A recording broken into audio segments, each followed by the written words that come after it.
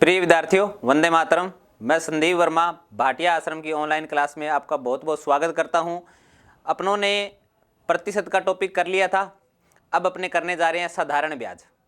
और साधारण ब्याज के अंदर किस प्रकार के क्वेश्चन आते हैं, कैसे हल करना है, क्या अप्रोच रहेगी उनकी, तो वो जानेंगे। तो सबसे पहले मैं आपसे छोटी सी चर्चा करूंगा, दर किसे कहते हैं। अगर आपको दर की परिभाषा पता है तो आप क्वेश्चन को आसानी से कर पाओगे। साधारण ब्याज के अंदर दर किसे कहते हैं वो मैं आपको बताता हूं। 100 रुपए पर एक वर्ष में मिलने वाला ब्याज ब्याज की दर कहलाती है। ठीक है,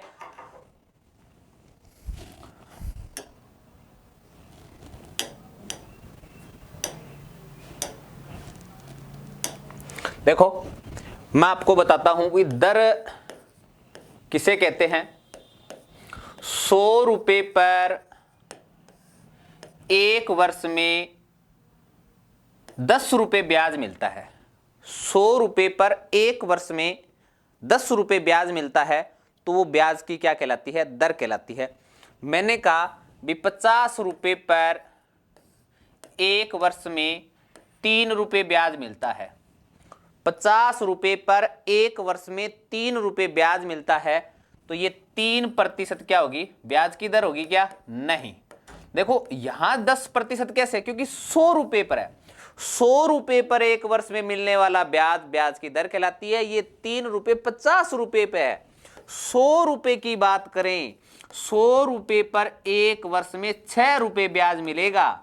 50 रुपए पर 3 रुपए ब्याज है तो 100 रुपए पर 6 रुपए ब्याज होगा तो 6% की दर होगी, न कि 3% की दर होगी। मैं बोलूं 25 रुपए पर 2 रुपए ब्याज मिलता है तो ब्याज की दर बताओ। तो 25 को 100 बना लो, 4 से गुणा करूंगा तो यहां भी 4 से गुणा करूंगा, 4 दूनी 8 रुपए हो गए और यही क्या होगी? ब्याज की दर होगी। ठीक है, नेक्स्ट देखो, मैं आपको बोलूं 100 रुपए पर एक वर्ष में 8 रुपए ब्याज मिलता है। 100 रुपए पर एक वर्ष में 8 रुपए ब्याज मिलता है। 1 रुपए पर एक वर्ष में 8/100 रुपए ब्याज मिलेगा। पी रुपए पर कितना मिलेगा? एक वर्ष में PR/100। अच्छा, टी समय में कितना मिलेगा? PRT/100। ठीक है, और यही क्या कहलाता है? साधारण ब्याज कहलाता है। इससे देखो अगर मूलधन निकालना है तो 100 इंटू ब्याज बटा में क्या आएगा? R into T. रेट निकालनी है तो 100 इंटू में ब्याज बटा में क्या आएगा? मूलधन इंटू में समय। और अगर समय निकालना है तो 100 इंटू में ब्याज बटा में मूलधन इंटू में R। ठीक है, ये करना है आपको।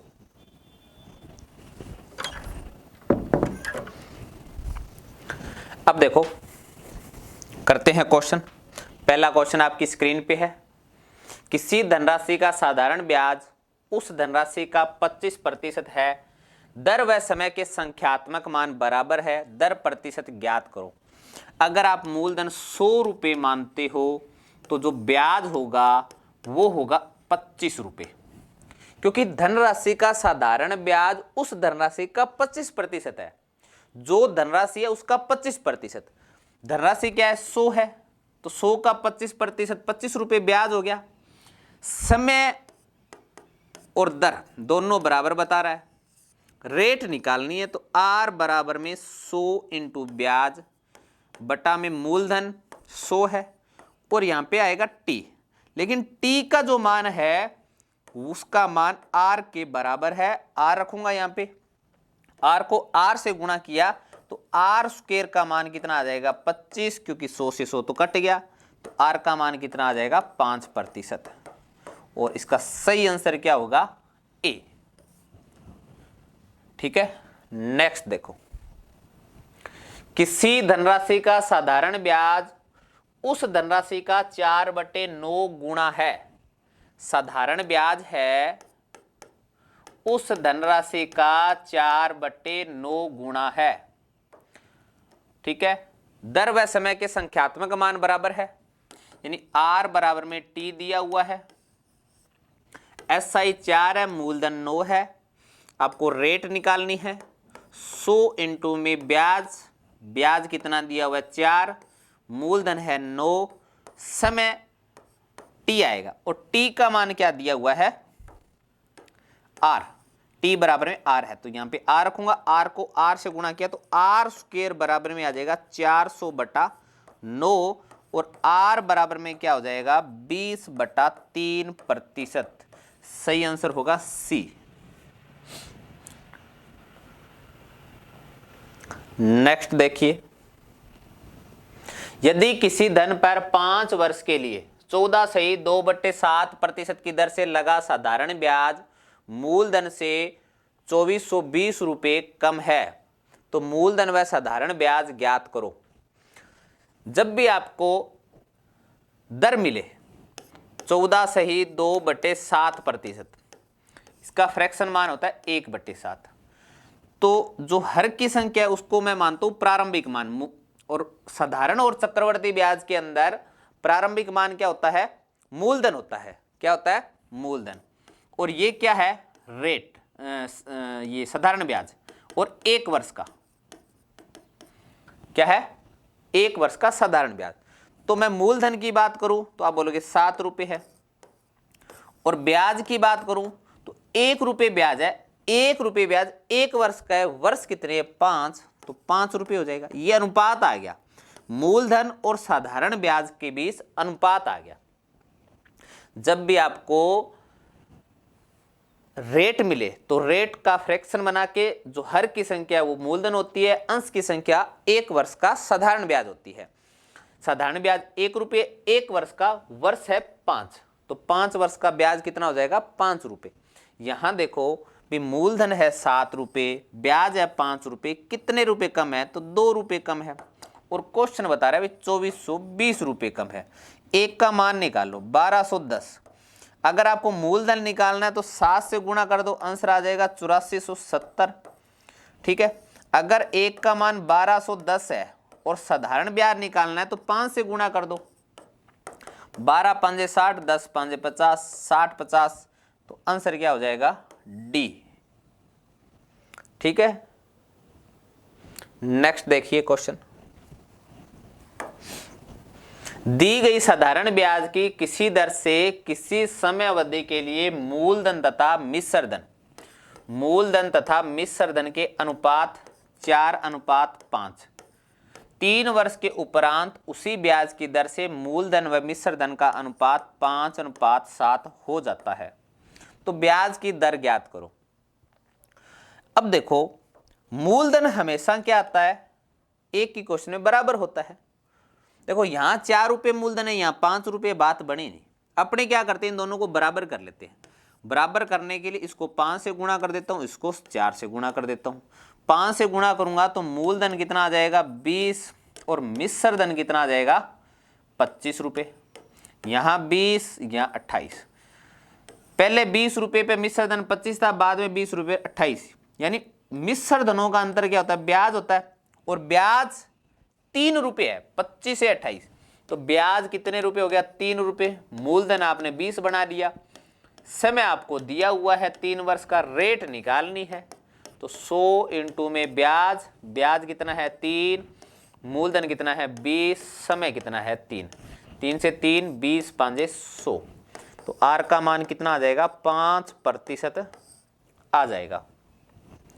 ठीक है, आंसर क्या हो जाएगा सी हो जाएगा। ठीक है, नेक्स्ट देखो,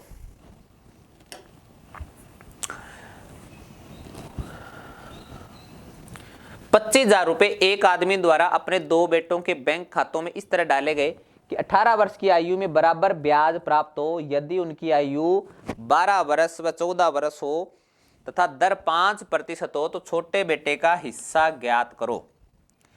देखो मैं 2 बातें यहां पे लिखता हूं। नंबर 1, क्वेश्चन आ सकता है ब्याज बराबर है,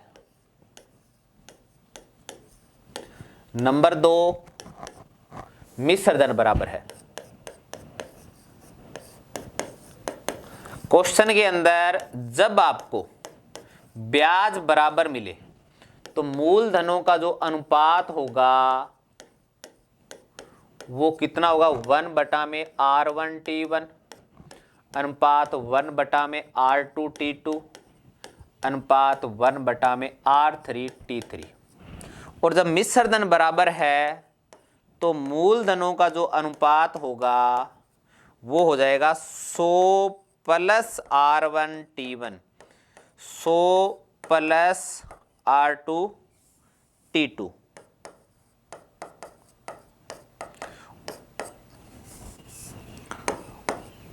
100 + r3t3। जब ब्याज बराबर है तो मूलधनों का जो अनुपात होगा वो होगा P1 अनुपात P2 अनुपात P3 1/r1t1 1/r2t2 1/r3t3। लेकिन जब मिश्र धन बराबर हो तो आपको क्या करना है, 100 जोड़ना है।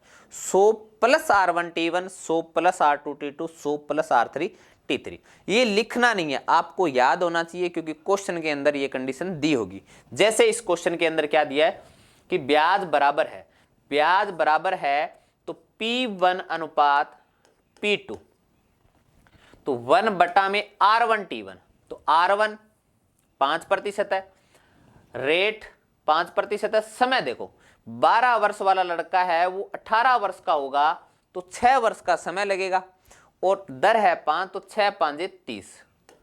1/r2t2 R का मान 5 है और 14 वर्ष वाला 18 वर्ष का होगा तो समय कितना लगेगा, 4 वर्ष का। तो कितना हो जाएगा 4 × 5 4 × 5 = 20। तो अनुपात है वो कितना आ गया, 2:3। ये मूलधनों का अनुपात आ गया। ठीक है, अब देखो इसका मूलधन 2 यूनिट है, इसका 3 यूनिट है, दोनों का 5 यूनिट हो गया। टोटल कितना है, टोटल है 25,000। एक का मान कितना आ जाएगा, 5,000। आपसे पूछा है छोटे बेटे का हिस्सा और छोटा बेटा कौन सा है, 12 वर्ष वाला। और 12 वर्ष वाले का मूलधन क्या है, P1। और इसका मतलब P1 का मतलब 2 की वैल्यू निकालनी है। एक का मान 5,000 है तो 2 का मान कितना हो जाएगा, 10,000 हो जाएगा। तो सही आंसर क्या हो जाएगा, ए। अगर मैं आपसे पूछूं बड़े बेटे का हिस्सा ज्ञात कीजिए तो 3 का मान निकालना होगा। 10,000 को 3 से 5,000 को 3 से क्या कर देंगे, गुणा कर देंगे। एक का मान निकालने के बाद जिसका मान निकालना है उससे उसको गुणा करना है। ठीक है, नेक्स्ट देखिए। 9300 रुपए की एक धनराशि को 3 भागों में बांटकर क्रमशः 2 वर्ष 4 वर्ष एवं 5 वर्ष के लिए साधारण ब्याज पर लगा दिया गया। यदि ब्याज की वार्षिक दर 10% हो, तीनों भागों पर अलग अलग प्राप्त मिश्र धन समान हो। मिश्र धन की बात कर रहा है तो मिश्र धन की बात करें तो क्या करना है, P1 बटा में 100 + r1t1 अनुपात P2 बटा में 100 + r2t2। ठीक है, तो सीधा मैं P1 अनुपात P2 अनुपात P3 निकालता हूं। तो 1/100 तो जुड़ेगा ही। पहले के लिए 2 वर्ष है, दर कितनी है, 10 10 × 20 ये आ जाएगा 120। 1/10 चौके 40 140 और 1/10 5 50 150। ठीक है, अब देखो अनुपात निकालना है आपको, P1 अनुपात P2 अनुपात P3। देखो अनुपात कैसे आएगा, या तो आप 12 14 15 का एलसीएम लेके गुणा करो। एलसीएम का मतलब तीनों का मल्टीप्लाई है और तीनों के मल्टीप्लाई से गुणा करेंगे तो 12 से 12 कट जाएगा तो यहाँ पे 14 × 15 बचेगा। यहाँ 14 है तो यहाँ पे 12 × 15 बचेगा और यहाँ 15 है तो 12 × 14 बचेगा। अब आप काट के आंसर निकाल लो। यह आ जाएगा 7 6 6 3 5 15 3 5 15 3 दूनी 6। तो अनुपात आ गया 7 5 35 6 5 30 और 14 दूनी 28। ये अनुपात आ गया मूलधनों का। कब, जब मिश्र धन समान हो। तो सबसे बड़े भाग की धनराशि, बड़ा भाग कौन सा है, 5 वर्ष वाला है और इसका मान निकालेंगे तो क्या निकालेंगे? देखो किसका मान चाहिए आपको? 28 का मान चाहिए। 28 का मान निकालने के लिए क्या करेंगे?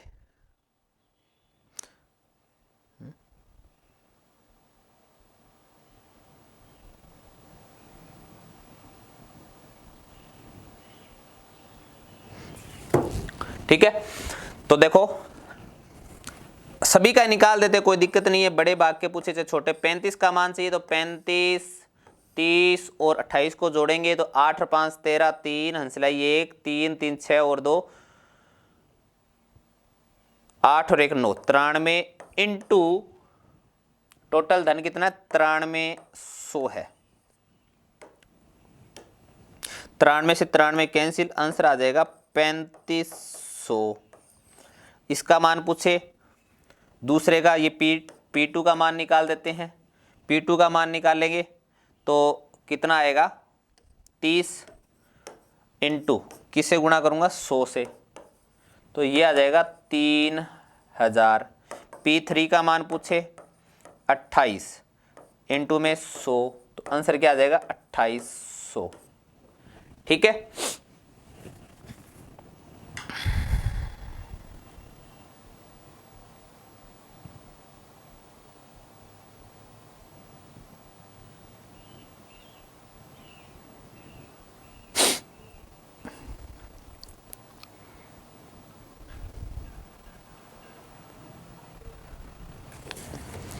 हो जाएगा। तीनों का मान निकाल दिया मैंने। तो सबसे बड़े भाग की धनराशि, तो सबसे बड़ा भाग कौन सा है? चेक कर लेना भाई, तीनों के मान निकाल दिए। छोटा भाग पूछे, बड़ा भाग पूछे, मध्य, इसमें ये भी पूछ सकता है भाई, सबसे छोटे और सबसे बड़े भाग का अंतर पूछ सकता है, सबसे छोटे और सबसे बड़े भाग का योग भी पूछ सकता है, ये बात ध्यान रखना। नेक्स्ट देखिए, साधारण ब्याज की दर से कोई राशि 7 वर्ष में चौगुनी हो जाती है, उतनी ही राशि उसी ब्याज की दर से कितने वर्षों में 124 गुनी हो जाएगी? 7 वर्ष में चौगुनी हो जाती है, 1 रुपये है, और 7 वर्ष में 4 गुनी हो जाती है, तो ब्याज कितना हो जाएगा? ब्याज हो जाएगा 3 रुपये। क्या हो जाएगा? 3 रुपये। ठीक है, अब देखो, उतनी ही राशि उसी ब्याज की दर से कितने वर्षों में 124 गुनी हो जाएगी? 124 गुनी का मतलब है कि 1 रुपये अगर ब्याज है तो 124 रुपये हो जाते हैं, तो ब्याज कितना बनाना है? 123 रुपये। इसको 123 बनाने के लिए 41 से गुणा करूंगा तो इसको भी 41 से गुणा करना पड़ेगा, तो ये हो जाएगा 3 4 3 12, 123 बन गया, तो इसको गुणा करूंगा तो 7 7 चौके 28, तो आंसर क्या आ जाएगा? 287। डी आंसर हो जाएगा। ठीक है, नेक्स्ट देखिए, साधारण ब्याज की दर से कोई राशि 7 वर्ष में 2 गुनी हो जाती है, तो 7 वर्ष का ब्याज कितना हो गया? 1 रुपये हो गया। उतनी ही राशि उसी ब्याज की दर से कितने वर्षों में 4 गुनी हो जाएगी? 4 गुनी हो जाएगी। कितने रुपए ब्याज करना है? 3 रुपये। इसको 3 रुपये बनाने के लिए 3 से गुणा करूंगा तो इसको भी 3 से गुणा करूंगा, तो 21 वर्ष का क्या लगेगा? समय लगेगा। आंसर क्या हो जाएगा? सी हो जाएगा। जब भी आपको ऐसे क्वेश्चन मिले इतने गुणा हो गया होगा, तो मूलधन को क्या मानोगे आप? 1 रुपये मान के चलो, जिससे क्या है कि आपका क्वेश्चन क्या है? आसान हो जाएगा। ठीक है, नेक्स्ट देखिए,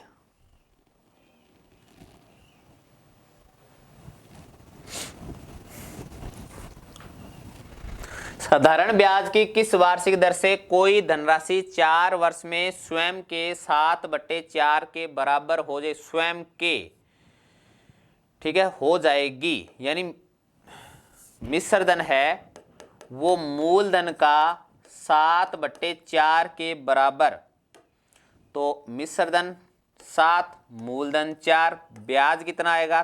3 रुपये। रेट निकालनी है, 100 इंटू ब्याज, मूलधन कितना है? 4, इंटू समय कितना है? 4, यह आ जाएगा 25, 25 3 75/4, 18 चौके 72 होते हैं ना, 18 सही 3/4% इसकी दर आ जाएगी। ठीक है, नेक्स्ट देखिए, 7300 रुपए का 5% वार्षिक ब्याज की दर से 11 मई 1987 से 10 सितंबर 1987 तक दोनों दिन सम्मिलित का साधारण ब्याज कितना होगा। देखो मई से बात की है, मई, जून, जुलाई, अगस्त और सितंबर। एक बात ध्यान रखना, इसमें तो मैंने दोनों दिन सम्मिलित की बात की है। जब भी आप बैंक के अंदर धन जमा करवाने जाते हो तो दोनों में से एक दिन का ब्याज मिलेगा, चाहे आप जमा करवाने वाले में से ले लो, चाहे आप निकाल लोगे उस दिन का ले लो, लेकिन इसमें आपको दोनों दिन काउंट करने हैं। जुलाई और अगस्त में 31 दिन होते हैं, इसमें 30 होते हैं, मई में 31 दिन होते हैं। ठीक है, अब 11 तारीख को धन जमा करवाया है, 11 मई को, तो 11 मई को धन जमा करवाया है तो 11 मई का दिन भी जुड़ेगा, तो दिन कितने हो गए 21। अगर ये लाइन ना देता तो या तो यहां पे एक कम करते और सितंबर के 10 दिनों का ब्याज निकालते, तो टोटल दिन कितने हो गए, टोटल दिन हो गए 123। ठीक है, साधारण ब्याज निकालना है, 100 इंटू नहीं मूलधन इंटू 5% रेट है और दिन है 123। पहले तो मैं इसको वर्ष बना लेता हूं और बटा में रेट के लिए 100 लगा देता हूं। 73 5 365 होते हैं, 5 से 5 कैंसिल हो गया, आंसर आ गया 123 रुपए, आंसर हो जाएगा ए। ठीक है, नेक्स्ट देखिए, एक व्यक्ति ने 400 रुपए 2 वर्ष के लिए, 550 रुपए 4 वर्ष के लिए तथा 1200 रुपए 6 वर्ष के लिए जमा करवाए। ठीक है, उसे कुल साधारण ब्याज 1020 रुपए प्राप्त हुआ, तो वार्षिक ब्याज की दर क्या है। देखो इस क्वेश्चन को कैसे करते हैं, 400 रुपए 2 वर्ष के लिए, 400 रुपए 2 वर्ष के लिए, पहले साल 400 यूज कर लिए, दूसरे साल भी 400 रुपए यूज कर लिए, तो टोटल कितने हो गए 800 रुपए हो गए। फिर वो क्या कह रहा है भी 550 रुपए 4 वर्ष के लिए, 550 रुपए 4 वर्ष के लिए, तो 550 पहले वर्ष के लिए, दूसरे वर्ष के लिए 550, तीसरे वर्ष के लिए 550, चौथे वर्ष के लिए 550, तो 2200 रुपए ये हो गए। 1200 रुपए 6 वर्ष के लिए, यानी पहले वर्ष 1200 रुपए, दूसरे वर्ष 1200 रुपए, तीसरे वर्ष 1200 रुपए, यानी 6 वर्षों तक 1200 रुपए उसने यूज किए, तो 12 5 60, 12 6 के 7200 रुपए ये हो गए। टोटल 12 वर्ष में उसने कितना धन यूज किया, ये हो जाएगा 3000 7000 1 10,200 रुपये हो जाएगा। कितना हो जाएगा 10,200 रुपये का 12 वर्ष, यानी 12 वर्ष को एक यूनिट मान ली पूरी की पूरी मैंने, ठीक है, यानी 12 वर्ष का टोटल एक यूनिट मान ली, 8% की दर से ब्याज बता रहा है वो 1020। ठीक है, तो ये कट गया, आंसर क्या आ जाएगा 10%। इंपॉर्टेंट क्वेश्चन है भाई ये, आंसर क्या होगा 10%। ठीक है, उम्मीद करता हूं कि आज की क्लास के अंदर आपको अच्छे से समझ में आ गया होगा। ये बेसिक था आज की क्लास में, और धीरे धीरे साधारण ब्याज के क्वेश्चन करेंगे अपने, जिस प्रकार प्रतिशत के किए हैं। नेक्स्ट क्लास में फिर मिलेंगे अपने इसी उत्साह और उमंग के साथ। तब तक के लिए अपना ख्याल रखिए। जय हिंद, जय भारत।